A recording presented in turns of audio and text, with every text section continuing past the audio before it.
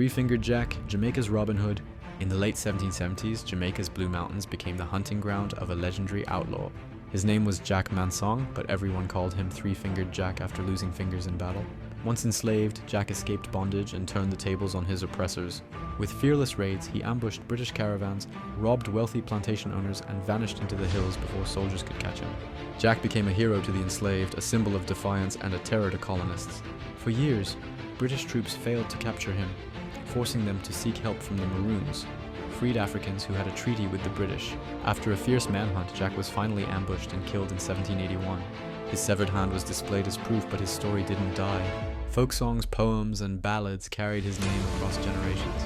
To many Jamaicans, Three-Fingered Jack wasn't just a criminal. He was a rebel who struck fear into the slave-owning class and inspired hope among the oppressed. Three-Fingered Jack lives on as Jamaica's own Robin Hood, a man whose legend still echoes through the Blue Mountains.